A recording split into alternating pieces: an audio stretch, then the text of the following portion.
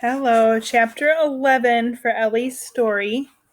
It wasn't just work that was different with Maya. Almost everything about her was different from my old life with Jacob.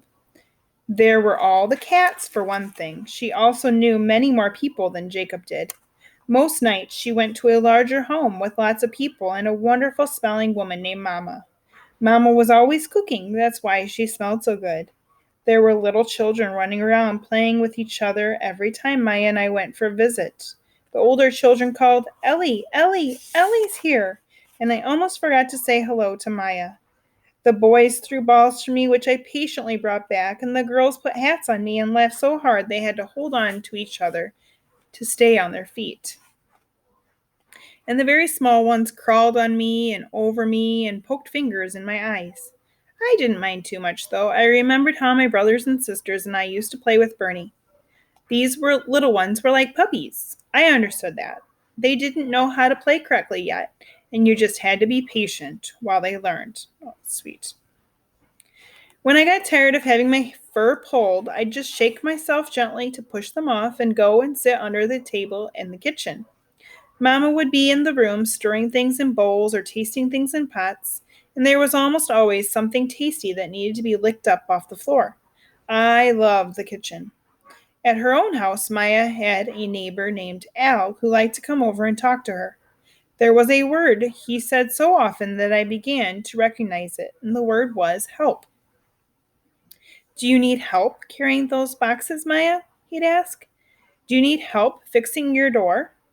No, no, Maya would say. Did you get a new dog? Al asked one day, not long after I'd come to live with Maya. He bent down and scratched me behind the ears in a way that made me love him instantly. Not everybody scratches right, just hard enough and in the perfect place. Al did. I leaned against him happily so that he wouldn't stop. He smelled of papers and ink and coffee and nervousness. Yes, Maya said, talking a little more quickly than she usually did. She's the department search and rescue dog. Maya's skin was growing warm and her palms had started to sweat. This always happened when Al came over and said, help. But I could tell she wasn't frightened of him. It was odd. Still, as long as Al kept scratching, I didn't care too much. Do you need help training your new dog? Al asked. I knew they were talking about me. I wagged my tail. No, no, Maya said. Ellie has already been trained. We need to learn to work together as a team. I wagged extra when I heard the words Ellie and work. Al straightened up and stopped scratching. Maya, he started to say. I should probably go, Maya mumbled. Your hair is very pretty today, Al blurted. And the two of them stared at each other, both so anxious it felt as if something bad was going to happen any minute. I looked around to see if something was going to attack us, but I couldn't see anything more threatening than Emmett, who was staring at us through the window, probably jealous that I got to be outside and he didn't. Thank you, Al, Maya said. Would you like? I'll let you go, Al said. Oh, unless, do you need any help with anything? No, no, Maya said. Al nodded and walked away. I could feel Maya's sadness, and I pushed myself closer to her so that she could scratch my ears too. Maya and I went to work almost every day. Sometimes we found Wally, and sometimes Belinda. On some days, a few of the older children came from Mama's house came too. And that was fun. They were always so happy to be found and called me a good dog over and over and wanted to play tug on a stick until Maya, laughing, told them I had to do more work. Maya was much slower than Jacob, though, panting and sweating from the moment we started running. I learned not to be impatient when I circled back for her, and all she could do was put her hands on her knees for a few moments. Once, after I had found Wally and came back to show Maya, she was crying. A burst of frustration and helplessness swept over her, and tears came with it. I stared at her, wanting for her to be ready. I knew she was sad, but I couldn't comfort her now. We were working. She knew it too, and she wiped her face quickly. Okay, Ellie, show me. I took her to where Wally was sitting on a big rock by the stream. We all went back to a picnic table together, and Wally took cool, wet cans out of a plastic box and handed one to Maya. Maya put a little bowl down on the grass for me and filled it with the water from the bottle. I slurped it up and lay down in the shade of the table. I could feel Maya's worry, and I put my head on her foot. "We're not good enough to get certified, are we?" Maya asked. I heard her put her elbows on the table and sigh. "Ellie's about the best dog I've ever seen," Wally said, a little cautiously. He sounded nervous. "No, I know, it's me. I've always been heavy." "What?" "No, I mean," Wally was actually scared now. I sat up, wondering what the danger was this time. "It's okay. I've actually lost some weight, like 4 pounds." "Really? That's great. I mean, but you weren't fat or anything," Wally stammered. I smelled the sweat popping out of his forehead. I don't know, maybe go to the track? That would help, or something?" "I do go to the track." "Right, yes." Wally was so anxious, I whined a little. "Well, okay, I should go now." "I don't know," Maya went on sadly.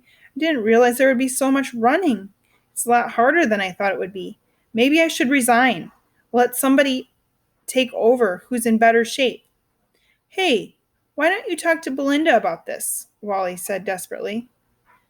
Maya sighed, and Wally, full of relief, got up and left. I lay back down next to Maya. Whatever horrible danger had been lurking seemed to have gone away. The next day, Maya and I didn't work. She put on some soft new shoes, grabbed my leash, and took me to a long road that ran along the sand next to that big pond, the ocean, where I had found the little girl named Charlotte. Dogs were everywhere, but even though Maya didn't give me commands, I sensed that this was a new kind of work. So I ignored their barking and dashing back and forth. Maya and I ran and ran together down that road farther than we had ever run before. I sensed a new kind of determination in her. She kept going as the sun rose steadily in the sky, and I kept pace beside her. It was the longest run we'd ever taken together. It went on and on until I felt Maya's body fill up with pain and exhaustion, and then at last she turned back. The return trip she was just as determined. We stopped a few times, and Maya let me drink out of faucets set into the concrete next to very smelly buildings. Then Maya would start to run again. Each time she went a little slower, but she kept going. At last the parking lot came into view ahead of us, and Maya slowed down to a walk. "Oh my," she whispered. By the time we got to the truck, she was limping. We were both panting pretty hard. Maya sat down on the back of the truck and drank half a bottle of water, then bent down to hang her head between her legs, and then she threw up the water that she had just drunk. I came and I put my head on Maya's knee, sad that she was hurting so much. She was too tired to even lift a hand to stroke my head. "Are you okay?" a young woman passing by asked. She was sweating from her run, but breathing easily. Maya nodded without even looking up. The next day we did find again. Maya groaned as she eased herself out of the car and walked to the picnic table. I sat at her feet, waiting eagerly for the command, and Maya sighed. Find Ellie, she said. Her voice was low and sad. I leaped forward, sniffing the ground eagerly. I couldn't smell Wally anywhere, but I caught Belinda's trail easily. She'd walked over this ground not long ago at all. It would not be hard to find her. I heard Maya groan, and I hesitated and looked back. Maya was walking as if every step hurt, and she was so slow. I ran forward, following Belinda's trail under some trees. She'd forced her way between two bushes, leaving her scent all over the leaves. I followed. Then I stopped. I shoved my body back between the bushes, and I ran to Maya. She looked down at me in surprise. "Ellie? Having trouble, girl? Find!" No, I wasn't the one having trouble. Maya was limping after me, determined, but she couldn't go fast at all, and I could tell from how she was walking how much her muscles hurt. I didn't want to get too far ahead. She might not be able to catch up with me, and then how should I show Belinda to her? I trotted along the trail. It was hard to slow down. The trail was clear, and I wanted to charge ahead to find Belinda as quickly as possible. But I kept my pace slow so that Maya could keep up. I heard her push through the bushes behind me, and I dashed to her side, glanced up at her, and turned back to the trail on the ground. Belinda had waded through a little stream and walked along it, but I found her easily on the other side and kept going. Maya plodded grimly through the water behind me. I dashed up a little hill, paused on the top to make sure Maya was following. When I was sure that she was, I ran ahead through a stand of tall grass, Belinda's scent growing stronger with every step I took. I burst out of the grass, and there Belinda was, stretched out under a tree. Her head was leaning back against the trunk. Her eyes were closed. I ran back to Maya. She was making her way slowly up the hill. "Oh, Ellie, good," she panted when she saw me. "Show me." She walked up the hill, keeping just a few feet ahead of Maya, glancing back over my shoulder often to make sure that she was still with me.